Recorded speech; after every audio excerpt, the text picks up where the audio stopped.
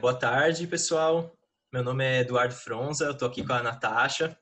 A gente vai ter mais ou menos uma horinha de conversa e apresentar alguns resultados da pesquisa que eu e ela fazemos, né, no laboratório de extremos climáticos da professora Regina Rodrigues, aqui na UFSC. Então, a gente faz as nossas pesquisas com ondas de calor, né? Eu trabalho com ondas de calor atmosférica, a Natasha trabalha com ondas de calor marinhas, depois ela vai se apresentar também, falar um pouquinho, né, mais sobre ela e o trabalho dela. E o que eu preparei hoje aqui, então, para a gente dar uma olhadinha, são uma apresentação sobre eventos extremos de calor e chuva no Brasil, né? E a gente também olhar um pouquinho para a relação entre esses dois e o que a gente pode esperar para o futuro, né? Com base no que a gente já vem observando até agora. Então, só para me apresentar muito brevemente, né? Eu tenho 26 anos, estou terminando o curso de graduação em Engenharia Sanitária Ambiental, faço parte do Laboratório de Extremos Climáticos aqui da UFSC, como eu já falei, né? E tenho uma bolsa financiada pela Rede Clima para fazer esse trabalho. Também sou conselheiro consultivo do Núcleo de Educação Ambiental da UFSC e secretário do Instituto Ecoletivo. E hoje estou estagiando no Carbon Free Floripa e faço parte também das redes do Climate Reality e do Youth Climate Leaders. Então, para já entrar no assunto da nossa apresentação aqui, eu trouxe essa definição, né, do conceito de onda de calor, que quando a gente fala em eventos extremos de calor, a gente é bastante acostumado a ouvir falar nas ondas de calor, né? Que é o que a gente pode definir como um período de dias consecutivos com condições de temperatura mais quentes que o habitual para uma região e época do ano específicos, né? Então, especificamente para onda de calor atmosféricas, a gente considera como 3 dias ou mais consecutivos, né? E o que a gente tem observado nas últimas décadas e nos anos recentes tem sido um aumento, né, na intensidade desses eventos, seja com questões de frequência, de duração, né? Esse ano a gente teve na Sibéria um evento bem significativo, com recordes de temperatura, e esse estudo publicado nesse ano também mostrou, né, que as ondas de calor têm se tornado longas, né? Mais longas desde 1950 para cá. Além disso, algumas notícias desse ano também, onde eventos de onda de calor também promoveram quebra de recordes de temperatura, né, no hemisfério norte, aqui nos Estados Unidos, no Japão. E no final do ano passado, acredito que todo mundo deve ter visto essas notícias, né, dos incêndios na Austrália que afetaram grandes áreas, né, mais de 3 bilhões de animais aqui, de acordo com esse estudo, e foram intensificados, né, por conta de uma onda de calor acontecendo também simultaneamente, né. Existe essa relação entre ondas de calor e incêndio, isso é de conhecimento já, de um certo tempo para cá. E aqui o Brasil não é uma exceção à regra, né? A gente teve agora na passagem, né, do mês de setembro para outubro, uma onda de calor histórica, assim, que durou mais de 2 semanas, afetou aí pelo menos metade do território nacional, quebrando recordes de temperatura também, né? Então a gente tem esse mapa aqui do alerta de perigo que o INMET estava emitindo, né, ao longo dos dias que a onda de calor estava durando. E as ondas de calor, elas têm impactos, então, associados, né? E eu trouxe alguns para a gente ver juntos, que são a questão de agricultura, dos ecossistemas também, não só com a questão de incêndios, mas também de estresse térmico, né? Que provoca nas espécies de plantas e animais. O setor de energia, infraestrutura, né? As linhas de transmissão e também a saúde humana. Então, esses são alguns dos impactos desses eventos que a gente tem conhecimento, né, que afetam severamente e que tem impactos associados também econômicos e sociais que afetam, né, as populações mais vulneráveis. A gente sabe, né, quem essas populações são. Então, alguns resultados da minha pesquisa, sim, que eu queria trazer primeiro para a gente tratar dessa questão das ondas de calor nesse contexto de mudança do clima aqui no Brasil. Esses mapas aqui, eles mostram, né, a média de dias de onda de calor por verão, né, durante o período de dezembro até fevereiro, no período de 1980 até 2019, que foi o período histórico que eu levantei os dados para fazer essa pesquisa, né? E a gente trabalha com essa caracterização dos eventos no verão, tanto por conta dos mecanismos que geram as ondas de calor, mudam de estação para estação, quanto a própria questão do verão já ter temperaturas que são mais altas, né? Então, anomalias de temperatura no verão trazem temperaturas ainda mais extremas, né, com impactos mais associados. Então, a gente pode ver dessa figura da esquerda, onde está amarelinho, mais ou menos uma média de 3 dias de onda de calor, né, durante esses 3 meses do verão. E aqui no mapa da direita, são as tendências decadais, né? A gente chama de uma tendência de aumento, né, para valores positivos e de diminuição para eventos negativos, de dias de onda de calor por verão a cada década. Então, o que essa figura está mostrando é que, para esse período dos últimos 40 anos, a gente tem tido para algumas regiões aqui, como, né, especialmente São Paulo, Minas Gerais, aumentos de até 4 a 5 dias, né, de onda de calor a mais por década ao longo desse período. E aqui algumas outras métricas, né, que a gente tem de frequência, intensidade e duração dos eventos. Então, a gente vê que o número de dias é conduzido principalmente por um aumento na frequência de eventos, né, que a gente tem aqui nas áreas de maior intensidade, chega a dar quase um evento a mais por década. Intensidade tem atingido mais na questão da temperatura, assim, as anomalias têm aumentado cerca de 0,5 grau para a intensidade média por década em São Paulo, aqui um pouco menos para Mato Grosso e também Goiás, e intensidade máxima semelhante, né? E a questão de duração dos eventos também tem afetado aqui a região de São Paulo, Paraná, mais no litoral aqui, né? E parte central na transição dos estados. Esses pontilhados representam os locais onde essa tendência detectada ela é estatisticamente significativa para o intervalo, né, de 95% de confiança, que a gente considera como, né, resultados mais assim robustos, confiáveis. E aí, para trazer aqui um pouco a questão da assinatura dos eventos, né? Então, de quais são as condições meteorológicas que a gente observa, né, quando dá ocorrência dessas anomalias de temperatura. Então, a gente pode ver aqui, esse mapa mostra, né, anomalias de temperatura aqui para a cidade de Curitiba, né? A média das anomalias para esse período de 1980 a 2019, quando ocorrem os eventos. E aqui a gente tem as anomalias de precipitação também. Então, a gente observa anomalias negativas de precipitação na região de ocorrência, né, e toda a extensão norte, e anomalias de precipitação positivas aqui deslocadas em região ao sul. E aqui nessas figuras de baixo, esses valores de altura geopotencial, eles representam superfícies de pressão, né? A altura da superfície de pressão, e isso a gente usa para avaliar justamente o comportamento, assim, né? Anomalias positivas de geopotencial estão mais associadas com colunas de pressão mais altas, né? E anomalia negativa com colunas de pressão menores. E a gente tem também aqui as setinhas representando a direção e intensidade dos ventos, né, no nível de 10 metros de altura. Isso aqui, 200 HPA, representa mais a alta troposfera, né, e aqui 500 HPA representa uma altura mais ou menos da média troposfera. E aí, só para mostrar como essas assinaturas de eventos elas são bastante semelhantes, né, independente de onde a gente esteja analisando, eu trouxe aqui também para São Paulo e Belo Horizonte, onde a gente vê nessa questão da persistência, tanto das anomalias, né, essas colunas de pressão deslocadas aqui ao sul, sudeste do continente, e as anomalias de precipitação também seguem um padrão parecido. Então, qual que é o mecanismo, né, que desencadeia esses eventos de calor extremo e também está associado com essa questão das anomalias de precipitação? Essa figura eu tirei de um estudo que foi publicado ano passado, né, pela nossa orientadora, Regina, que ela investigou esse evento de seca e de calor extremo que aconteceu no verão de 2014 em São Paulo, né? Quase todo mundo aí, imagino que deva ter ouvido falar, soube desse evento, né? Foi bastante veiculado na mídia. E o que ela encontrou, a pintura geral, assim, né, do que estava acontecendo na atmosfera quando ocorreu esse evento, foi mais ou menos essa figura que eu vou explicar. Então, a gente tem aqui embaixo representada a superfície, aqui a alta troposfera, né, e mostrando que essa coluna de alta pressão estava presente aqui e tinha sido desencadeada por conta da passagem da oscilação Madden-Julian, né, do início desse modo de variabilidade climática natural, que é a oscilação Madden-Julian.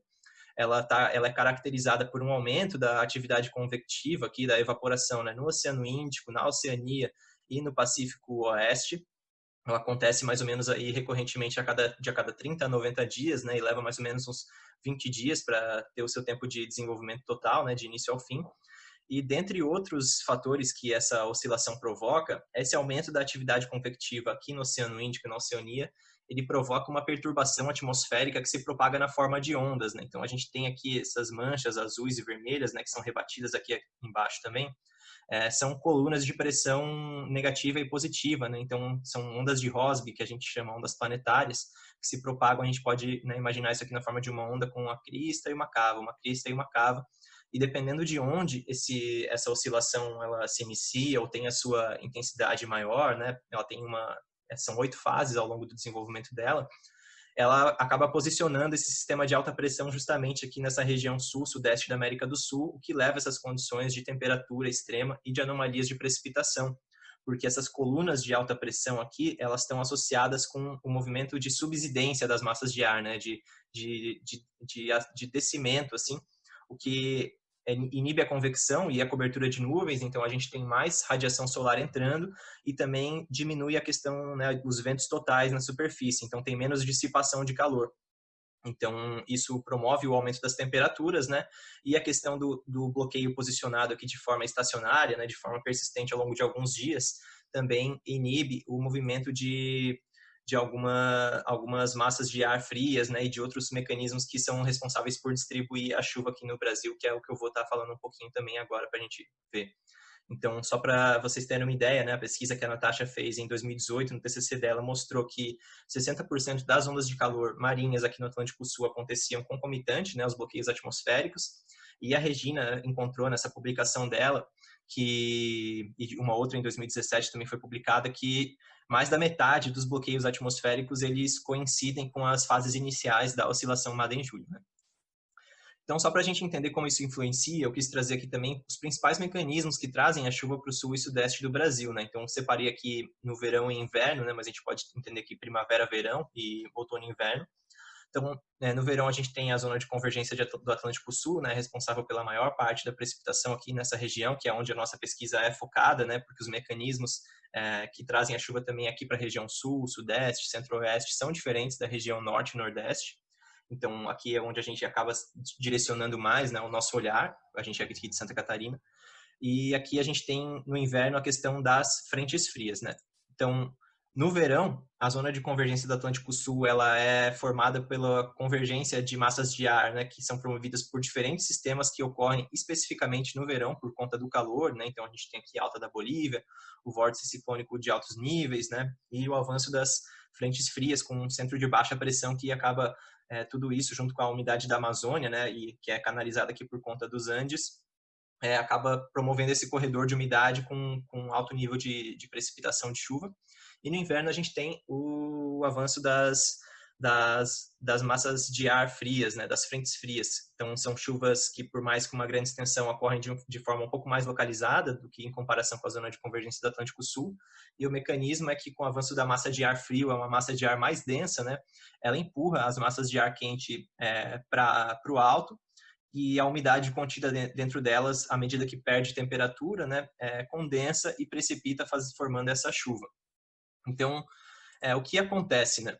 Quando a gente tem esse contexto de mudança climática, esses mecanismos eles estão sofrendo alteração e a gente está tendo também mudanças nos regimes de precipitação. Então, essa figura eu trouxe, né, de um estudo que foi publicado ano passado, a tese de dissertação do Vinícius, que é aqui da Universidade Federal de Santa Catarina também, que ele levantou essas mudanças, né, no regime de precipitação e vazão dos rios para o período de 1980 a 2015. Eu queria destacar aqui nessa figura, especialmente essas bolinhas aqui de cor lilás, né, rosa claro, que elas representam um aumento na duração da seca, né, no aumento no número de dias entre chuvas. Então, como a gente vê aqui, a questão do símbolo representa a precipitação média, né, a quantidade média total de chuva que cai anualmente. Então, a predominância das bolinhas aqui mostra que, no geral, não está tendo um aumento ou diminuição na quantidade total de chuva, mas essa paleta de cores que eu separei aqui, todas elas estão relacionadas com o aumento da duração da seca, né? Então, a gente vê aqui, especialmente na região sul e também sudeste, aqui centro-oeste, tem tido esse comportamento. E do estudo dele também, ele mostra, né, que a gente, ao longo dos anos, está tendo aqui na região sul um aumento na frequência anual de chuvas intensas, né, de até 2%, mais ou menos, por ano, e também um aumento na duração média anual dos eventos sem chuva, né, para toda a região sudeste aqui, centro-oeste, também uma boa parte da região sul, aqui num ritmo mais ou menos de 1% ao ano, né? Isso porque acontece, né? No contexto de aquecimento global, a gente está tendo mais calor armazenado do oceano. Isso leva, né, a uma intensificação do ciclo hidrológico, com um aumento de eventos extremos de precipitação, porque quando evapora mais água, né, que vai precipitar então mais água em algum outro lugar. A chuva acaba caindo, né, mais concentrada. E a gente tem também a questão aqui, especialmente na região sul, que é uma região marcada pela transição da zona tropical, né? A gente sabe que a gente está passando por um processo de expansão tropical provocado pela mudança climática, muito por conta de mudanças nos gradientes de temperatura e também por conta da depressão da camada de ozônio, né, que ocorreu de algumas décadas para cá, o que tem resultado num menor avanço das frentes frias e redução nas chuvas de inverno aqui na região sul. Então, só para a gente ter uma ideia do que a gente está falando quando a gente fala em expansão da zona tropical, eu não vou entrar em detalhes para não falar demais, mas vocês podem dar uma olhadinha nesse artigo que foi publicado esse ano. A zona tropical seria essa zona aqui em vermelho mais forte, né? E aí, aqui, justamente na transição dessa zona vermelha mais forte com essa mais opaca, passa exatamente em cima de São Paulo, né? E aqui nesse tracejado, que é a latitude 30 graus, passa exatamente em cima da cidade de Porto Alegre. E essa região aqui, especialmente de transição da zona tropical, ela é caracterizada pela subsidência de massas de ar, né? Uma zona de alta pressão e pouca precipitação. Então, é nessa região onde a gente tem o Outback australiano, o deserto do Atacama, o deserto do Kalahari, e aqui na região sul do Brasil a gente não tem deserto muito por conta da umidade, né, proveniente da Amazônia e também da formação geomorfológica da Cordilheira dos Andes, né? Só que com a expansão da zona tropical, a gente está tendo essa mudança do regime de precipitação aqui nessa zona de transição. Então, essas figuras eu trouxe de um outro estudo que mostra, né, aqui a tendência de aumento ou diminuição no número de dias consecutivos secos por década, né, para o período de 1981 a 2018. Então, só para vocês terem uma noção aqui, esses pedacinhos mais vermelhinhos aqui representam uma tendência anual de cerca de 12 dias a 16 dias a mais por década de dias secos consecutivos para esse período, com os pontilhados aqui, né, as regiões estatisticamente significativas. E aqui nessa parte superior, isso aqui é a Bacia do Prata, né? Eu trouxe um mapinha de localização aqui para a gente se localizar. Quem não conhece a Bacia do Prata, né, ela pega aqui tanto o Brasil quanto o Paraguai, Argentina, Uruguai, é uma bacia bem grande, né? Então a gente pode ver aqui nesse período esse parte mais lateral dela aqui, pega as cidades de São Paulo, Curitiba. E aqui na Bacia do Prata, a gente vê especialmente aqui nessa região, então, oeste, né, e norte, esse aumento de dias consecutivos secos está sendo conduzido, né, especialmente pelo aumento de número de dias secos consecutivos no período de inverno, né, que é onde a gente tem esse maior avanço das frentes frias e que isso está sendo reduzido aqui, né, essas letrinhas representam os meses de junho, julho e agosto.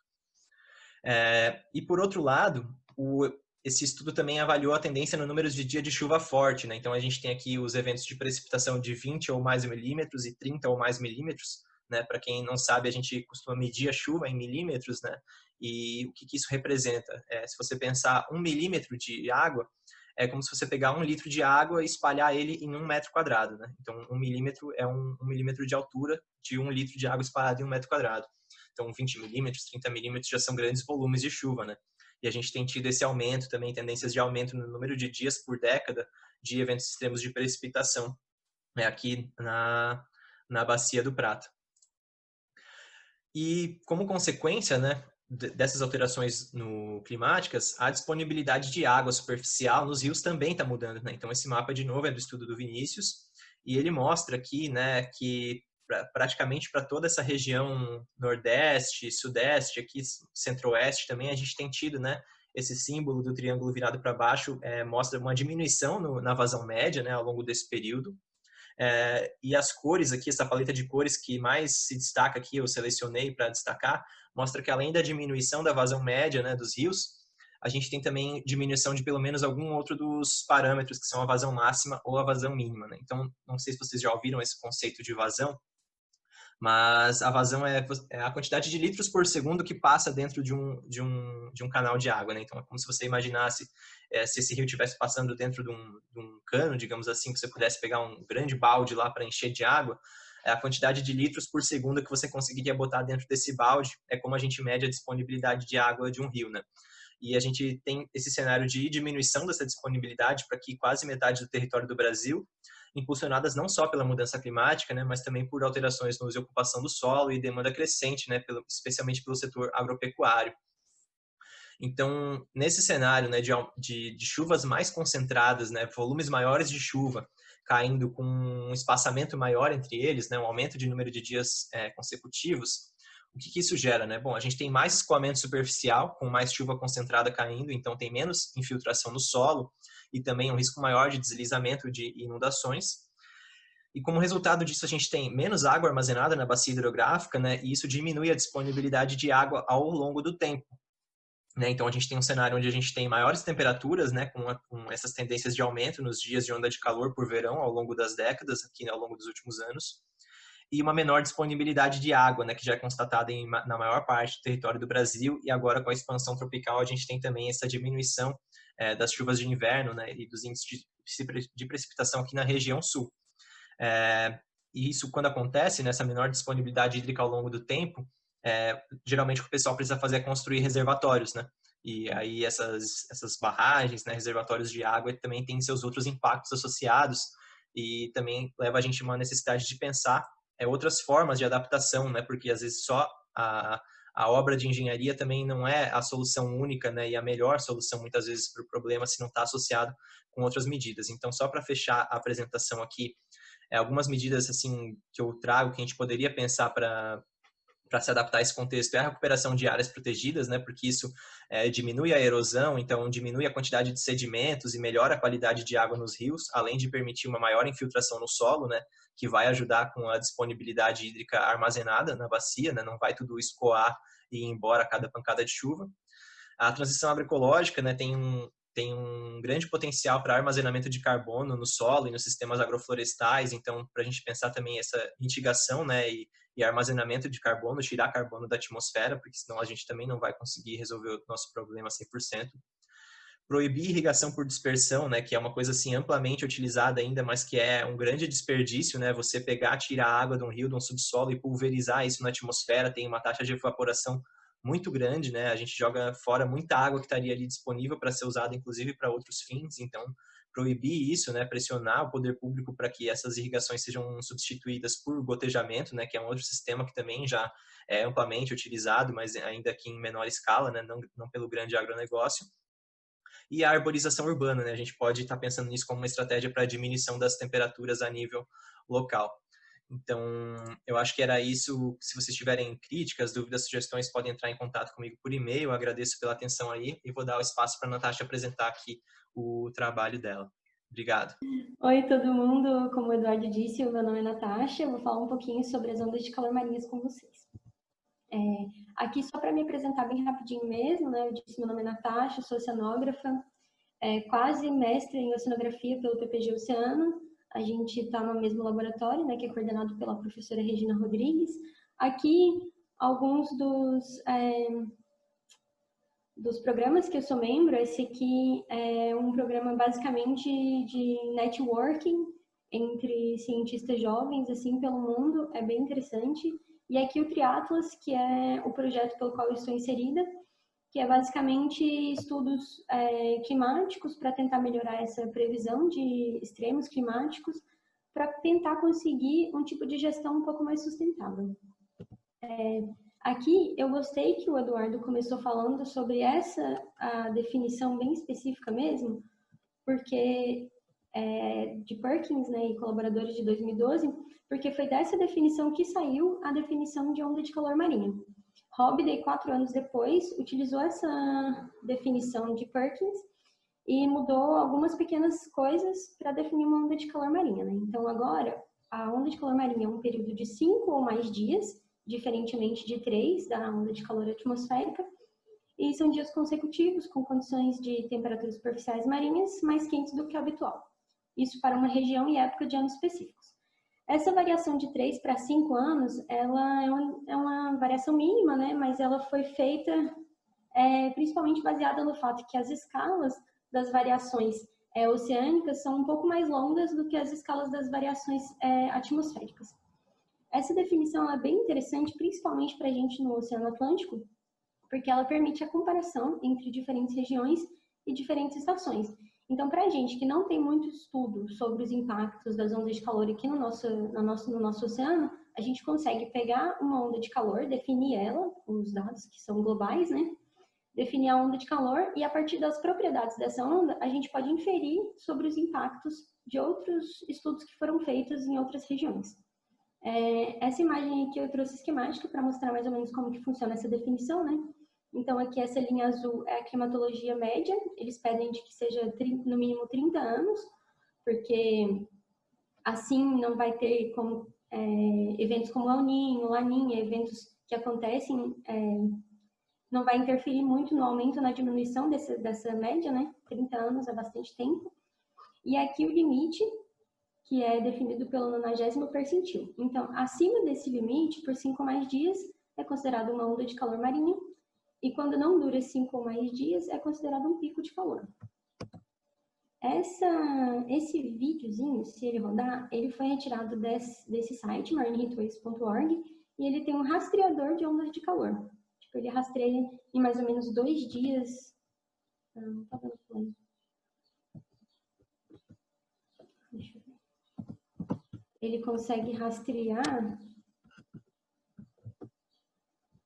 com mais ou menos 2 dias de antecedência. Não vai dar. Foi. Fiz um GIF a partir das imagens, né? E aqui a gente pode ver que são 18 dias essas imagens que eu coloquei. Então, em apenas 18 dias, a onda de calor tomou praticamente o Oceano Atlântico todo, né? A gente está aqui por aqui e essa onda de calor veio em toda essa região. Uma coisa especial sobre essa onda de calor para mim, particularmente, foi que eu presenciei ela. Esse aqui é um estudo que está em andamento para publicação, já foi aceito. Coincidentemente, a gente estava fazendo uma coleta de dados aqui na Bahia. Então, aqui é Florianópolis e aqui é uma baía que fica em Florianópolis, né? Essa baía, ela é conhecidamente como uma baía muito poluída e economicamente importante. Tem criação de ostras e etc. na baía, né? Então, quando a gente estava coletando os dados, a gente percebeu temperaturas de 29 graus no fundo. Tem uns 2 metros só de profundidade a baía. Então, 29 graus, mesmo sendo uma área embaiada, mesmo sendo uma área de profundidade pequena, assim, não é normal encontrar esses valores. Então, a gente ficou meio pensando o que tinha acontecido. Fomos lá no rastreador e a gente viu que estava tendo essa onda de calor que estava cobrindo praticamente todo o Brasil, né, toda a costa brasileira. A gente inferiu, então, que era uma onda de calor na Bahia também, porém, o dado de satélite não consegue chegar aqui, né? Aqui a onda de calor parece ser bem singela, foram só 9 dias acima do 90º percentil. A gente fez uma média de como que ficou, então, mais ou menos 2,5 graus aqui, de 1 a 2 a quase 3 graus a mais do que o que é considerado normal para essas regiões. E a gente imagina que para a Bahia foi ainda maior, porque ela é uma região embaiada que tem um alto período de resistência da água, né? Residência, desculpa. E, bom, parece que é uma onda de calor singela, porém a gente já encontrou impactos nessa única onda de calor que a gente presenciou ali. Então, foi a primeira vez que foi registrado o oxigênio dissolvido igual a 0 nessa área da Bahia. E isso porque, né, a temperatura da água muda bastante na dissolução dos gases. Então, isso com certeza afetou aqui nessa região.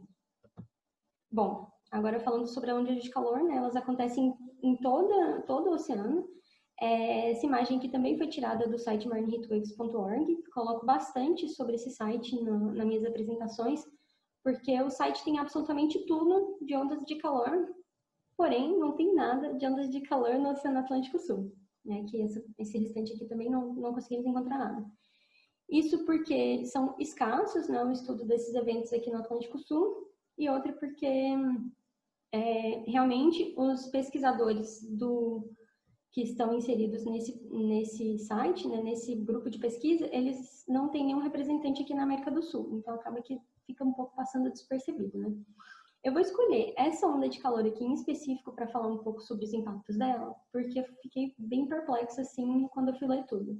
Ela foi chamada de The Blob, aconteceu entre 2013 e 2015, não tem um consenso de quanto tempo ela durou, mas alguns cientistas dizem 226 dias ou até mais, né?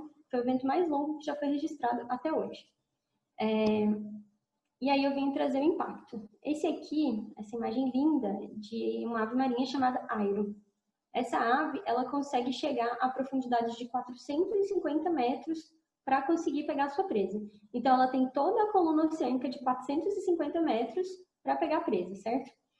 E a gente pode entender que essas aves, elas são ótimas indicadoras, né, da qualidade da água no seu entorno, porque elas necessitam totalmente, inteiramente do oceano para sua alimentação. E o que isso tem a ver com a onda de calor, né?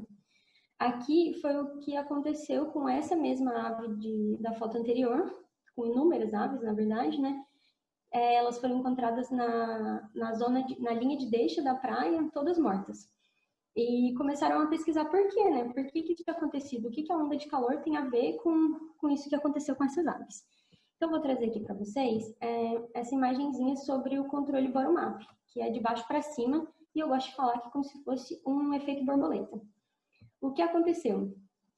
Aqui, na base da teia trófica oceânica, tem o fitoplâncton, né? O fitoplâncton, ele faz fotossíntese e ele não tem uma movimentação que seja além da movimentação da corrente. Então, ele vai junto com a corrente, assim, ele não consegue se movimentar além disso.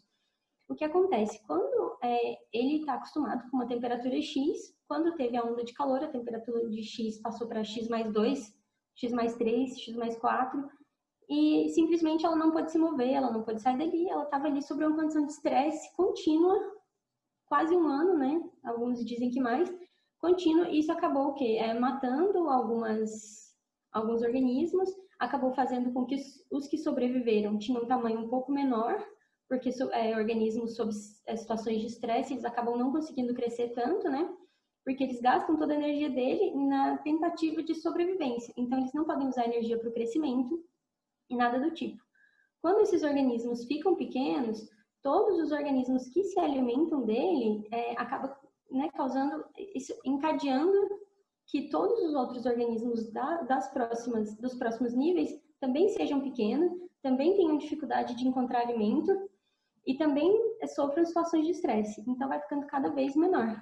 Aí chega no peixe, que é a fonte de alimentação das aves marinhas, e os peixes simplesmente tinham muito poucos. Os que tinham, por causa da sua situação de estresse mesmo, para sobrevivência, eles não tinham a mesma carga nutritiva, né? Isso acabou causando com que houvesse essa quantidade de mortes de aves durante esses 2 anos. Então, aconteceu 2 anos ou menos, né? Aqui fizeram isso para comparar mesmo sobre diversos eventos que tiveram essa mortalidade em massa dessas espécies de aves marinhas. Então, aqui, nessa onda de calor que teve, eles consideraram que tiveram quase 1 milhão de mortes dessas aves marinhas. Enquanto que nesse Exxon Valdez, que foi o derramamento, um dos derramamentos de óleos que mais tiveram consequências, né, para o oceano, uma das piores, teve de 300 mil a 645 mil mortes. Então, essa onda de calor foi quase o dobro, né? Bom, aqui outro impacto, que geralmente esse é o mais falado, na verdade, devido à grande importância econômica dos corais, né? Com as ondas de calor, acaba acontecendo o branqueamento desses corais, né? O aumento da temperatura, ele meio que expele as algas que vivem nos corais, que são chamadas de zooxantelas, né? E ele vai ficando branco, porque as algas é o que dá a cor para ele, né? E esse coral, ele acaba conseguindo se recuperar depois, porém, com esse aumento na frequência de eventos de ondas de calor, com o aumento na duração desses eventos, o coral ele acaba tendo muita dificuldade para conseguir se recuperar e às vezes ele chega a morrer, que é o que está acontecendo na Grande Barreira de Corais lá na Austrália. Mas falando um pouco mais sobre as outros impactos das ondas de calor também chegam a ter, porque como eu falei, o plâncton ele não consegue se mexer, o coral ele também não consegue se mexer, e o que acontece com espécies que conseguem, né, nadar? Por exemplo, peixes maiores e outras espécies economicamente importantes, eles nadam e saem de regiões que eram suas regiões de morada, né? E acabam indo para regiões onde a água está mais fria. Isso causa um impacto gigantesco na pesca, porque o maior custo para a pesca vem do tempo que você fica no navio para pescar, né? O tempo no navio é muito, muito custoso, né? E, bom, o pescador chega em um lugar que ele achava que sempre teve salmão, e ele vai chegar ali e não vai ter mais salmão, então ele vai ter que ficar procurando, o tempo que ele está procurando, ele está gastando dinheiro. E também esse fato das espécies se mexerem, se moverem para outras regiões, isso causou até impactos políticos e econômicos entre os Estados Unidos e o Canadá. Mas então, sabendo desses impactos, a gente pode ver que realmente é muito importante continuar estudando esses eventos e entender cada vez mais sobre eles, né? Com isso, eu vou falar então como que tem se comportado esses eventos ao longo do tempo. Aqui foi um estudo, o Eduardo mostrou um pouco dos resultados também desse estudo da Regina Rodrigues, que é a nossa orientadora, mas eu trouxe aqui que ela foi uma das únicas no Brasil que fez estudos sobre ondas de calor aqui. Então, primeiramente, essa aqui foi a região que ela escolheu, né? Mais o Atlântico Sul-Sudoeste.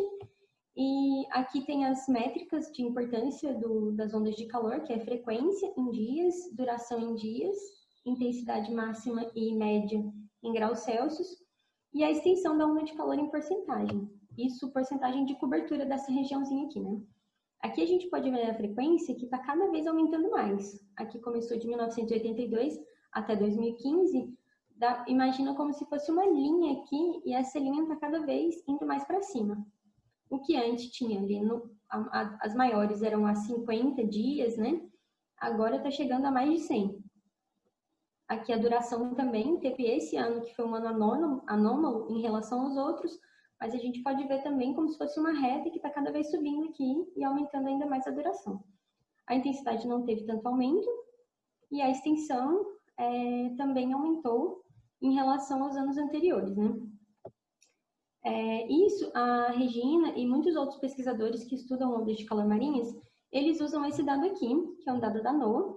Ele, na verdade, é um produto da correção de dados de satélite com dados de boia, dados coletados em pesquisas oceanográficas. Então, é um dado de excelente qualidade, porém, ele tem essa limitação do período, né? A gente tem aqui de 1982 até 2020 de dados.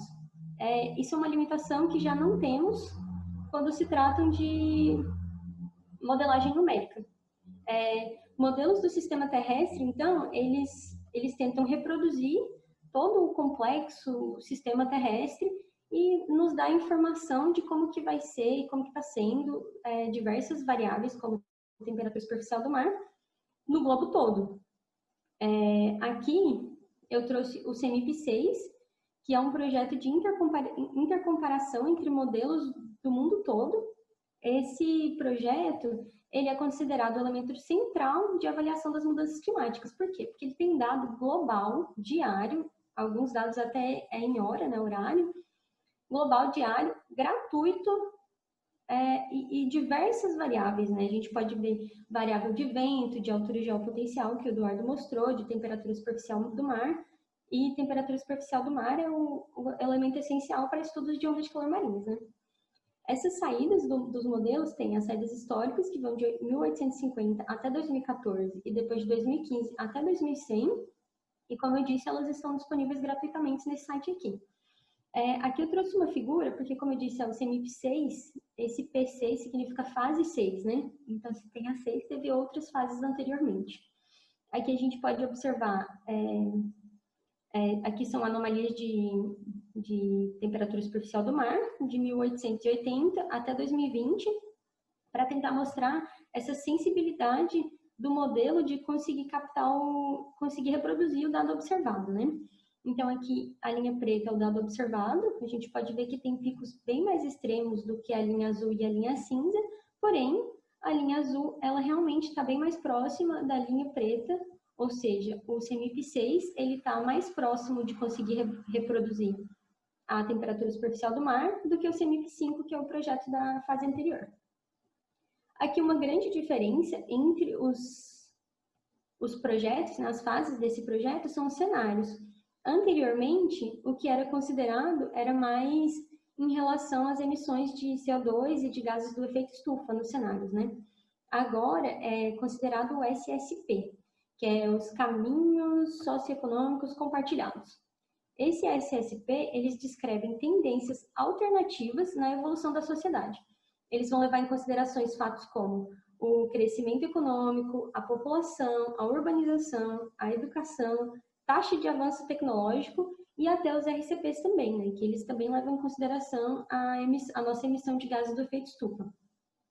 Então, considerando isso, esses cenários eles vão permitir, e permitem, na verdade, né, estão permitindo que as pessoas estudem e explorem como que as escolhas que a sociedade está fazendo como um todo estão afetando nas emissões dos gases do efeito estufa e, portanto, como que essas metas climáticas do Acordo de Paris podem ser cumpridas ou não cumpridas, né? Aqui eu vou falar um pouco dessa figura. O eixo X, ele representa, então, a adaptação, e o eixo Y representa a mitigação. Eu vou usar como exemplo dois extremos, né? O SSP1, ele seria o cenário da sustentabilidade. Nele, é como se fosse um avanço tecnológico tão grande, mas tão grande, que as energias limpas, né? Energias limpas vão ficar tão baratas que todo mundo vai ter. É um cenário bem otimista. Mas, assim, se a tecnologia está tão barata e todo mundo tem, então não vai precisar de muito desafio, não vai ser muito desafiador para adaptar, nem muito desafiador para mitigar os efeitos das mudanças climáticas, né? Então, seria esse gráfico aqui. Esse, eu acredito, né, que é o único que consegue chegar ao aumento de apenas 1,5 graus Celsius na temperatura global.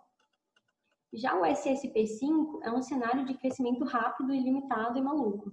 É como se a gente tivesse zero políticas climáticas, nada, então vai só crescer e sem problema nenhum. Como é assim, então não vai ter tanto problema em adaptar, porque vai ser muito simples, né? A gente continua a vida como está, não precisamos mudar nada, é só continuar cada vez usando mais dos recursos naturais, né? Só que vai ser um grande desafio para conseguir mitigar todos os danos e todos os impactos que vão ser causados a partir desse nosso crescimento desenfreado, né? Aqui eu trouxe mais um exemplo também de projeções que são usadas para esses cenários, né? Aí aqui nesse primeiro, projeções de população, nesse aqui de crescimento econômico e nesse aqui de urbanização. A gente pode ver que no crescimento de população, por exemplo, o SSP5, ele não vai ter um crescimento tão grande de um crescimento populacional, porém, em compensação, o SSP3, a projeção dele é para que haja um grande crescimento populacional. Já aqui no crescimento econômico, pode ver, né, que o cenário SSP5 está em primeiro aqui, e urbanização ele também está em primeiro. Bom, aqui eu trouxe alguns modelos que estão presentes nesse projeto, né? São diversos, na verdade, são 49 modelos de diversos centros de pesquisa diferentes, na China, nos Estados Unidos, Canadá, Europa, China de novo, Japão, Austrália. Bom, tem centros de pesquisa no mundo inteiro, inclusive no Brasil. O INPE criou um modelo chamado BESME também.